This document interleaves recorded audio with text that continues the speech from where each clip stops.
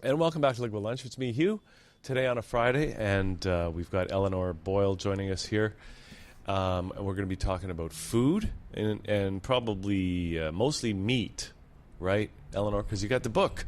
Well, let's hold that book up. High Stakes. Over here? I don't know. Where am I holding it? Aim it Hi, at everybody. this camera over here, right here. Aha. Aim it at that one. High Stakes, why and how to eat less meat, right? It's one of the topics that I have been really interested in the last few years, so I wrote a book. Now, why were you interested in this topic about meat, first of all? I think anybody who reads widely has heard some criticisms of meat for years. I'd read years ago that meat is hard on the environment and that some of the ways we make meat are not too kind to the animals. But I got involved in the food movement 15 years ago. I could see that there were more and more activists and educators really understanding how important food was to health, to environment, to ethical questions that we grapple with. And I was excited that there was a movement. But as I got to know it, I realized that most people in the food movement were focused on the Eat Local campaign. Mm-hmm. Eat local. There are lots of reasons to eat local. Lots of reasons. Not only health-wise, but to support local communities, to make sure that we can actually feed ourselves, But I was amazed that very few people in the food movement were talking about meat, which I had read was a real issue. And I discovered that most people in the movement ate meat, which is fine with me, and there really was an understanding, a myth that if you're going to deal with the problems of meat, you've got to become a vegetarian. And, most people don't want to become a vegetarian. That's true. So I started reading and realized that, hey, even though I didn't eat meat already, mm-hmm. and I came from a place of feeling like everybody should become a vegetarian, I shifted, not for strategic reasons, but because the science shows that there's absolutely no reason for anybody to become a vegetarian who doesn't want to. I continue not to eat meat. It makes me happy. But what we really need is a middle ground. We need everybody to stop expecting meat at, honestly, every meal. That's what some people do, every meal. That every meal should be around some animal product, and we've got to stop expecting that it's going to be cheap. Now, viewers might say, well, it's not cheap. Historically, it is very inexpensive. We spend much less of our incomes for more meat now than we did 50, 100 years ago. It was historically a treat. Now Right. It's the ballast on the plate, and that's a problem. So even though it wasn't the focus of the food movement, because people were really uncomfortable with it, I felt we've got to get some more comfort with this and eat less meat and eat better meat. Start paying more for the stuff that was produced in a way that is kind to the animals and not hard on the environment. Okay. And I think, too, most of us live in cities and really aren't involved in food production, right? And we think we just go to the store and there it is, and we're not connected to the whole process that brought that to the store, to our table, right? And I think that, and correct me if I'm wrong, but over the last 50 years, the meat that we're buying at the store now is probably different than the meat that we were buying in, at the same supermarket, say, 50 years ago, like when we were kids, yeah, right? And absolutely. So that's got to have an impact, but we're not even thinking about that. Yeah. You're right that we're disconnected from our food, and I think that's an especially difficult, emotionally or psychologically difficult issue for a lot of people, because ethically, where animals are concerned, we've really got a problem. The only way that we can eat the amounts of meat that most people do in Toronto, in Vancouver, around North America, in Europe, in Australia, in the big meat-eating countries, the only way we can eat those amounts of meat, as well as people coming on board in countries like China and India, The only way that we can eat meat on a regular basis is by factory farming, by crowding animals by the thousands or even tens of thousands into these tiny buildings and basically force feeding them on a regular basis, including, in the case of some species, antibiotics and hormones. That's what we're buying when we go to the grocery store to buy meat, unless it's organic or unless it's otherwise certified as healthily and naturally grown. Mm-hmm. So yeah, it's an environmental problem, it's a health problem, it's an ethical problem. Mm-hmm. So yeah, the meat that people are buying today is really different, and it's meat that is produced in a way that is sad. Now, I've spoken to people on the corporate side, and they say, hey, we got to feed the world, we got to feed a growing population. And that's true, we do. In fact, one of the saddest and most poignant aspects of the world of food security and the food movement is the fact that despite plenty, we are not feeding people. There are hungry people in Toronto. There are hungry people in every city in North America and every community, despite the fact that there's plenty of food. So it's true that just making sure that everyone has what they need is so important.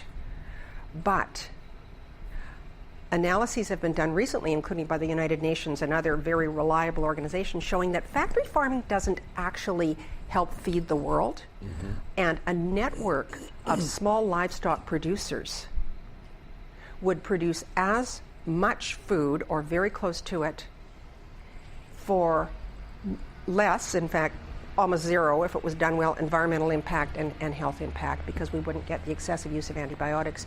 And we wouldn't get these enormous piles of waste in single locations, which we have all over North America from factory farming, which end up polluting waterways and polluting the soil. So we need some massive changes in our meat production systems, and it's going to help when consumers eat less and pay more to buy better. Well, we could even be doing things like, and I don't know if this is going to apply to meat per se, but there's people in Toronto talking about allowing people to have chickens in their backyard, in the city, mm-hmm, right? Mm-hmm, mm-hmm. Produce their own eggs, maybe some meat, I don't know. But I think that's a great idea, right? I think it's all part of a great... I think in general it's a great idea. I'm from Vancouver. I'm here to speak at a conference tomorrow. We have been doing backyard chickens in Vancouver for some years now. Really? Yeah. Do you have chickens? I do not have chickens myself because I live in an apartment. Oh. No, they wouldn't fit on the tiny balcony. Right. But we have a very progressive city council that is all over food security and that encourages, for example, urban agriculture. So there's lots and lots and lots of food growing going on in Vancouver. And we decided to try chickens in the backyard. I predicted, despite my enthusiasm for people understanding where the food comes from, I predicted it wouldn't last. And some people are becoming a little disillusioned. I mean, they're kind of smelly. Chickens, I'm sorry to say for all you chicken lovers out there, but it's it isn't as easily integrated into urban life as some people would have hoped. But there's a few people in Vancouver with backyard chickens. I would do it in a second. But the problem in Toronto is the backyards are so small. They are small. Chickens don't need that much space. But still, if your neighbor's got smelly chickens and you don't, you might as well... You're right up against them. Or you might as well get some chickens yourself. Yeah, there you go. I think you should, Hugh. Okay. Seriously, I think it's all part of the desire by citizens to reconnect with where the food comes from. So I think it's all great.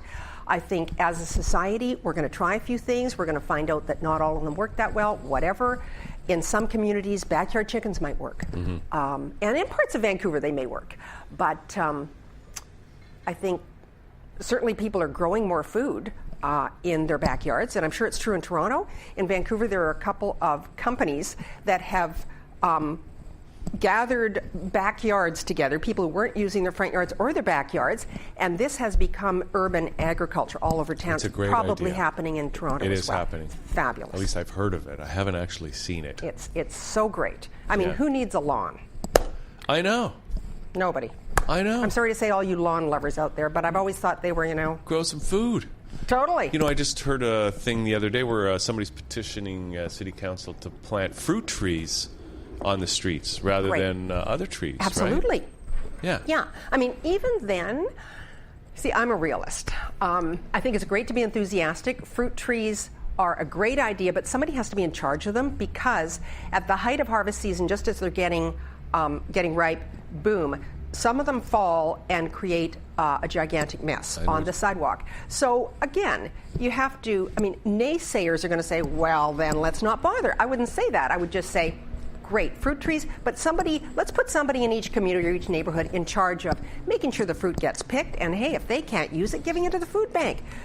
It just has to be done. There are people that would do that, because the people you're talking about that are gathering those front and backyards and doing urban agriculture are the same people that would love to take on the responsibility to manage those fruit trees, right? Absolutely, absolutely. And there's moves in lots of neighborhoods and communities, undoubtedly in Toronto, to have somebody or some family in charge of the public garden that's in the roundabout, or there's always people who want to be involved in their community, and it's not hard to do. It just has to be thought out. Yeah. So it's all great. There's all kinds of wonderful aspects of the food movement, and I'm lucky to be able to write about it and speak about it. So I write about meat. I'm also speaking at the Canadian Organic Growers Conference tomorrow. And what are you going to be speaking about? Well, the organizer suggested last year a topic that I was very excited about. She said we should do a panel on media and organics, asking the basic question, why is news about food in the newspaper, television, radio, why is news that citizens, consumers, why is it so confusing? And the example that she gave, which I thought was right on, because everybody's experienced this, is that one week you read in the newspaper that eggs are bad for you, and the next week you read in the newspaper that eggs are good for you. We've all experienced it, and as an old journalist myself, worked for numerous newspapers and television, I was really interested in trying to parse that out and figure out what we as citizens could do to try to not be confused, but use the news in a way that actually helps us decide what to eat. So how do we do? I mean, first of all, why is it so confusing? Well, I'd love to say that there's a simple answer, but because I've been thinking about it for a while, I've realized that there's a number of different sort of parties involved. Media does have to take some responsibility, not only mainstream media, but also social media. I mean, if you Google paleo diet, raw food, vegetarianism, vitamin C, and you can pull up sites for any one of those terms that give diametrically opposed opinions. The paleo diet is great, the paleo diet is dumb. I mean, you can find all of that. And part of the problem is that the internet, the lovely internet, which we all love, is a bit of a minefield of sometimes misinformation. So that is part of the issue. But even just media generally, I think journalists are under a lot of pressure, and media outlets are under a lot of pressure, especially with a 24-hour news cycle, to just be pumping information out constantly, so that when they get fed information, sometimes by PR companies, sometimes by PR companies, the tendency is to print it, not because they're lazy, but because they've got space to fill. So media needs to think about its role. But actually, I think that science plays a role as well. I have a graduate degree in science, and I know firsthand how overly reductionist science is. So scientists don't tend to ask, what's a healthier food production system? Conventional, chemical, industrial, or organic? That's too big a question for most scientists. They tend to ask a very small one. So, for example, there were articles all over the media from a scientific study a couple of years ago showing that organic food is not necessarily more nutritious than conventional food, which drove me crazy. It was based solely on a couple of studies showing that organic carrots don't necessarily always contain more vitamin A than conventional carrots. This is who cares? That was it, but they extrapolated it to mean precisely so much more. And it's too reductionist a question to ask. We don't buy organic carrots for extra vitamin A. There's plenty. We buy them for no pesticides. We buy them, and we also buy them for a broader nutritional profile, which actually organic food does have a better overall nutritional profile than conventional foods. So scientists tend to ask really tiny questions, which then get extrapolated to what are not necessarily truths, and they end up being really confusing and misleading. But also, I'm going to talk about the role that I think multinational food companies play. There was a wonderful study called Spinning Food done by Friends of the Earth, and they demonstrated clearly some of the tactics that are used by the big food companies to try to undermine the idea of healthy food and to try to tell everybody that you should stop worrying about conventional food. For example, they set up what appear to be think tanks or citizen groups. If you look deeply enough on their website, you'll find that they are in fact funded by the big food companies, but they purport to be objective, and they feed a lot of information to media. They feed a lot of information to journalism. So I think if consumers are aware of some of these tactics and just a little more savvy. I think, yeah, I mean, it's people talk about the internet, and publishers have complained about the internet in the sense that, you know, there's no official information anymore, right? That's a good way of putting it. You know, yeah. It's like anybody can publish anything, and some people were calling that we need gatekeepers for information, or we need somebody to put their stamp of approval on certain information, but that's not going to happen.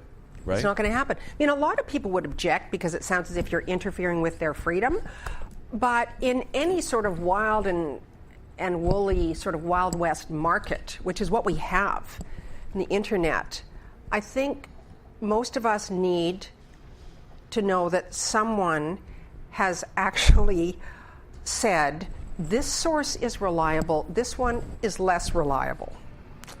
I think it would be very useful. It's so easy to throw up a website. I mean, anybody can do it. And it's so easy to put just comments on an internet piece that may or may not be fact-based. But maybe it's good for people to be responsible for their own intake of information and their ability to assess it and act according to it, right? I mean, they've got an incentive to do so, right? Because it's their life that they're directing, right? So maybe it's okay. There's an aspect of that that's definitely good, and I think we all want to take some responsibility, but so I'm all for it in a way, to a point. But once there's so much information out there that is so confusing, people have a tendency to throw up their hands and go, nobody knows what I should eat. I will just eat whatever I want. And whatever I want tends to be processed food loaded with fat, sugar, and salt, because that's what appeals to my sort of primal taste buds. So it really feeds into the agenda of those who sell that kind of food for us all to be confused. Right. So what would you recommend, if you can make a recommendation for people? Don't fall for food news based on some tiny piece of reductionist science. Keep the big picture in mind, and the big picture is we need to engage in moderation in what we take in. We can eat virtually everything, but some foods are better for us than others, those being foods that are produced more naturally, more organically, less pesticides, more locally to support community agriculture, and we also need to do things like waste less food, be more like our grandparents and great-grandparents who valued the food more, who didn't waste food, who used the whole animal, who ate the carrot tops, because there's nothing wrong with carrot tops. So keep the big picture in mind and try not to fall for dramatic food news. Okay. So now what time is this panel that you're on tomorrow? Okay. The conference is 9 to 5 at 89 Chestnut Street. Thank you. And our particular panel is on just after 11:30. Before lunch? Before lunch. I hear it's going to be a fabulous organic meal for The food everybody. is actually fantastic. Yeah. I'm not sure who caters it, but it's great. But good sessions all day, really interesting. It's consumer or citizen oriented. It's not scholarly, detailed information. It's really practical, useful information. Okay, so anybody who's interested in food or who eats should go. And yes, the book. Anyone who wants a copy of my book, please email me, eleanorboyle@gmail.com. It's got a lot of terrific, useful information. And hey, get in touch with me. I love speaking with people. Okay, great. And just one thing. Yeah. The organic meat is better, tastes better. Really? Yeah. Wonderful. It does. I've heard it said. It is. But good to hear. It's really much Hugh, different. Before we finish, I think that you should confess that you do like steak. And it's fine with me. There's not, I do like a good steak, Good. on the barbecue, Can't wait. Terrific. Good. Till summer. Good. Steak, roast beef. Good. I'm not I eat a lot of vegetables too. We're happy to hear I'm that. just saying, you know what I'm saying? We're happy to hear that. Okay, Eleanor, it's been great to have you on the show. It's been lovely, Hugh. And thanks for coming in today. And I wish Thank you all you. the best with the book. Delighted. With Delighted. the conference tomorrow and to have fun in Vancouver when you get back there. Bye-bye. Thanks, everybody. Okay. Bye-bye.